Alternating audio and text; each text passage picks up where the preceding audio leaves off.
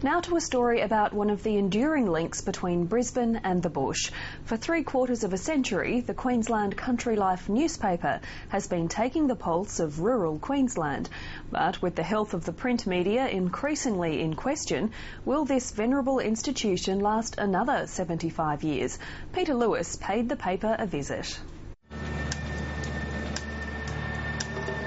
Some company names give you no clue to what they actually do, but not rural press.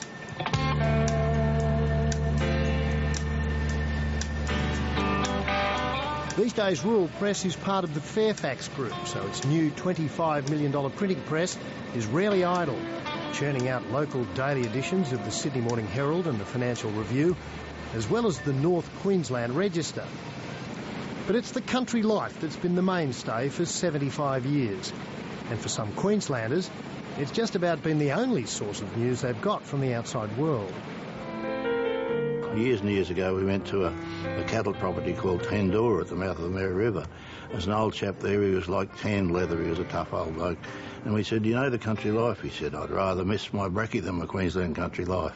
And that's where we got a slogan from. And that was a genuine, unprovoked, unsolicited comment from this gentleman. QCL's been a major part of Malcolm McCosker's life too. Over the past 50 years, he's done just about everything but print it.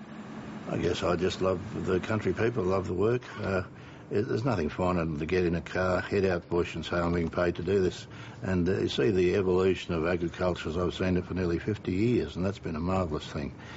Great changes in agriculture, but not very little change in the attitude of country people, their hospitality, their graciousness and their acceptance of you. And it's pretty much been that way through good seasons and bad, commodity price booms and busts, straight shooters and crooked politicians. No one's kept an ear closer to the ground in the bush than Malcolm McCosker and his mates. Still plenty of political clout in the bush. I would never underestimate how much clout's out there. The biggest problem the bush has is the divisiveness of rural industry itself. And it's certainly a divided industry, and industries within agriculture are certainly divided. So it's really about agriculture getting its act together. By comparison with a lot of his staff, the current editor is a Johnny-come-lately. He's only been here since 1987. Still, the changes since then have been dramatic enough, most of them technological, and invariably involving doing more with less.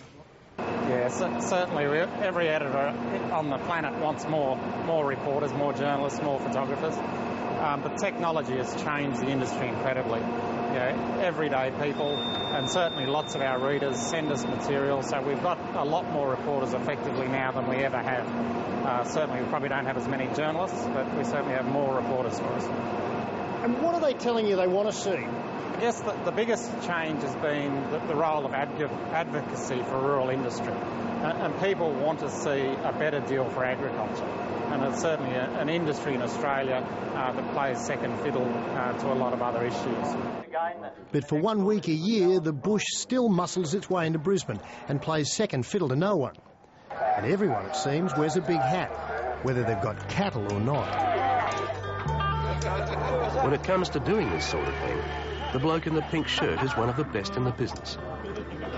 He's Rod Green, chief photographer for the biggest rural paper in the state, Queensland Country Life. One animal will take a minute or 20 minutes, depending on the beast. You find that British breed cattle are a lot easier. They're more placid. To the Bosinigas, like the Brahmins, Santas, they're pretty intelligent. They get not stary, but they're awake up to what's happening, and they're a bit difficult. Lovely. In an era when so much of the media is more about stories with sizzle rather than sausage, around here there's still clearly strength in continuity and more traditional values. But for how much longer? I think that's my reports of my death are a bit premature. I think at the end of the day, quality journalism will always sell. We've certainly embraced the internet, and a lot of our readers have embraced it as well. But the print product is selling as well as ever. And at the end of the day, it's about what the words and images and what the content is that matters. Has it got another 75 in it? I think it's got another 75 or 175. I attended a seminar at New England University at one stage, and they said, well, in 10 years' time, all the print media will be all gone, and people just sit in front of a computer. I find it far more enjoyable to sit with my Queensland Country Life and perhaps a light rum on the veranda and read it. And I think there's a lot of people out there that do that.